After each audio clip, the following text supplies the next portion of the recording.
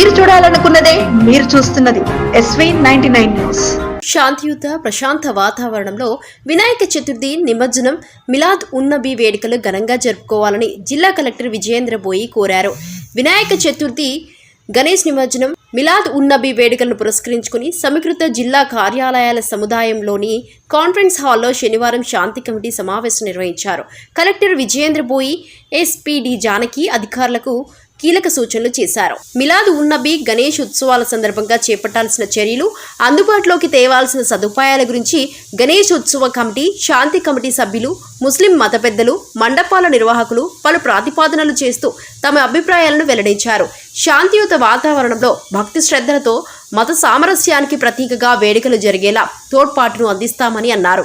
Collector Vijayendra బోయి మాట్లాడుతూ ఉత్సవాల నిర్వహణను జిల్లా యంత్రాంగం తరపున పూర్తి స్థాయిలో సహాయ సహకారాలు అందిస్తామని, రోడ్ల మరమ్మతులు, శోభయాత్ర నిర్వహించే వంటి పనులను చేపట్టడం జరుగుతుందన్నారు. జిల్లాలో సహృద్భావ వాతావరణంలో ఈ వేడుకలు జరుగుతాయని, ఈసారి కూడా అదే స్ఫూర్తిని ప్రదర్శిస్తూ మత సామరస్యంతో గణేష్ ఉత్సవాలు జరుపుకోవాలని, జిల్లా ప్రతిష్టను పెంపొందించాలని అన్నారు. ఈ నెల 27న వినాయక చతుర్థి, సెప్టెంబర్ 5న నిమజ్జన వేడుకలు, నెలవంకను అనుసరించి సెప్టెంబర్ 5 లేదా 6వ తేదీన నిర్వహించే మిలాద్ ఉన్నబీ వేడుక వెంటనే వస్తున్నందున భద్రతాపరమైన చర్యలకు అధిక ప్రాధాన్యత ఇవ్వాలని కలెక్టర్ సూచించారు. జిల్లా వ్యాప్తంగా ఎక్కడా కూడా అవాంఛనీయ ఘటనలకు తావు లేకుండా ముందస్తు జాగ్రత్తలు తీసుకోవాలని సూచించారు. వేడుకల నిర్వహణ సజావుగా జరిగేలా స్థానిక సంస్థల అదనపు కలెక్టర్, ఆర్డీఓ, డీఎస్పీలతో కూడిన అధికారుల కమిటీ పర్యవేక్షణ చేయనున్నట్టు తెలిపారు. నిమజ్జనం చేయు ప్రాంతాల వద్ద రెవెన్యూ, ఇరిగేషన్ అధికారులు విధులు నిర్వహించి నిమజ్జన ఏర్పాట్లను పర్యవేక్షణ చేయాలని ఆదేశించారు.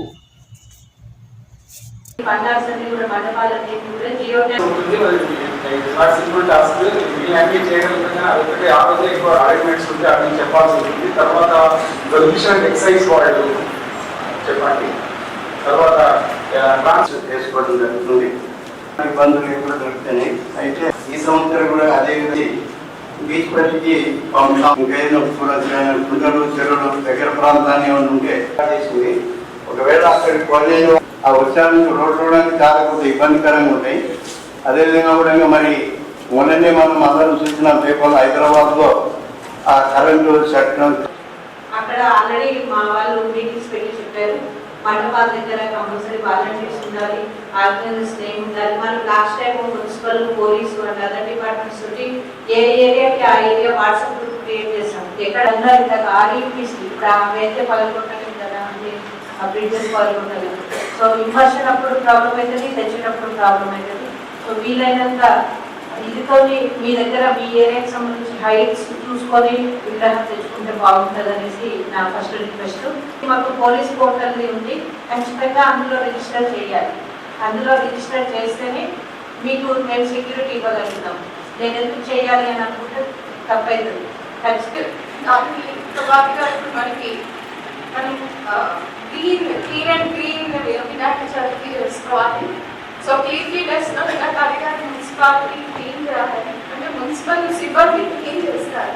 కాకపోతే ప్రతి మండపం దగ్గర వాళ్ళు అక్కడ ఉంది ఎప్పటికప్పుడు క్లీన్ చేసే పరిస్థితి ఉండదు. కాబట్టి మండప నిర్వాహకులే జనరల్ క్లీనింగ్ అనేది చూసుకోవాలి, డస్ట్బిన్స్ పెట్టుకోవాలి.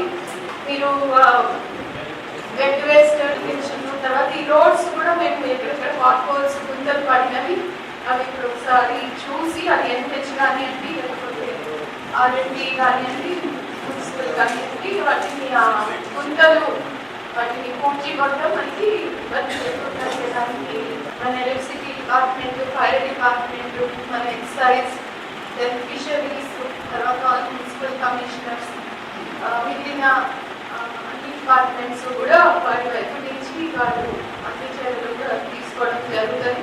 అయితే